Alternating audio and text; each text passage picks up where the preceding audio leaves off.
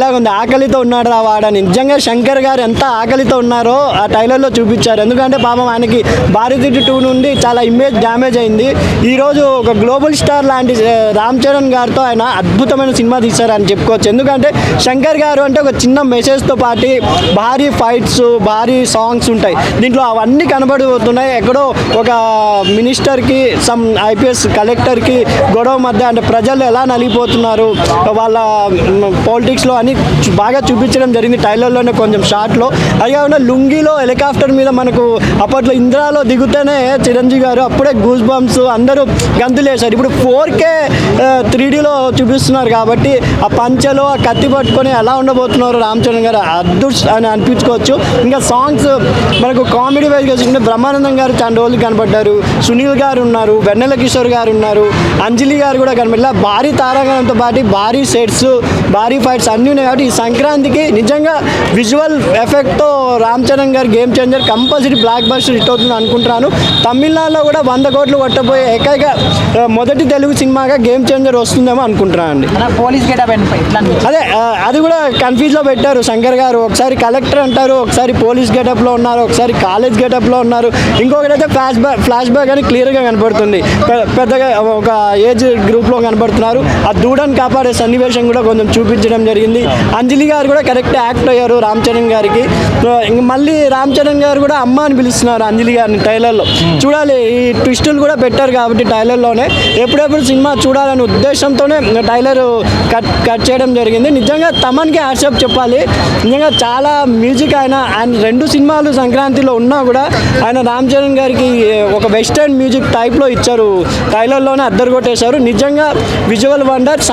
ఈ సంక్రాంతికి game చేంజర్తో hit start కాబోతుంది తెలుగు ఇండస్ట్రీ అనుకుంటున్నాను. సినిమాకి ఎంత ప్లేస్ అయ్యే అవకాశం ఉందో మనం ఊహించేసుకుంటే మాత్రం ఊహలకు అందది కావచ్చు. నాకు తెలిసి పర్ఫెక్ట్ ట్రైలర్ పడ్డది కాక కలెక్షన్స్ అంటే మినిమం 1000 crores ఎక్స్పెక్ట్ చేయొచ్చు. దాటుతుంది, ఖచ్చితంగా దాటుతుంది. నేనైతే దంగల్ రికార్డులు బ్రేక్ చేయాలని కోరుకుంటున్నాను. ఎందుకంటే దంగల్ అని చెప్పి ఇప్పటికే పుష్పరాజ్ అమ్మడి పడతారు. దంగల్ రికార్డు బ్రేక్ చేయాలి పుష్పరాజ్ అని చెప్పి. ఒకవేళ పుష్పరాజ్ కనుక వదిలిపెట్టేస్తే దంగల్ రికార్డుని గేమ్ చేంజర్ బ్రేక్ చేయాలని అయితే నేను కోరుకుంటున్నాను. మంచి ట్రైలర్ పడ్డది, కరెక్ట్గా పర్ఫెక్ట్ ట్రైలర్ అయితే పడ్డది. చాలా బాగా అనిపించింది. మెగా ఫ్యాన్స్ ఎక్కడ నిరుత్సాహపడకండి, లేట్ అయిందని చెప్పేసి. లేటెస్ట్గా వచ్చాడు రామ్ చరణ్, ఖచ్చితంగా దించోలు పెట్టేతాడు. ప్రతి ఒక్కటి గేమ్లు ఎవడెవడి గేమ్లు ఆడదామని చూసారో వాళ్ళందరికీ తోలు తీసి తాట తీసేసి పండ పెడతాడు. సూపర్ ట్రైలర్, చాలా అంటే చాలా ఉంది. Thank you. ఓకే, అయితే చూశాను, అయితే చాలా బాగా వచ్చింది. అంటే ఇది మాత్రం చూశాక 1000 కోట్లు దాటే అవకాశం నాకైతే నమ్మకం వచ్చింది. అంటే 1000 కోట్లు అయితే వచ్చేది. అయితే అంత బాగుంది. అయితే ప్రపంచంలో ఎక్కడ అంటే మన రాష్ట్రమే కాదు, మన దేశంలో ప్రతి థియేటర్కి అయితే ఈ సినిమా అయితే వచ్చే అవకాశం ఉంటాయి. అయితే ఒక్కొక్క రాష్ట్రానికి 500 కోట్లు 300 కోట్లు రావచ్చు. అయితే నేను ఇప్పుడు ఏంటంటే మన గేమ్ చేంజర్కి అందులో ఏమి నచ్చింది అన్న ట్రైలర్లో?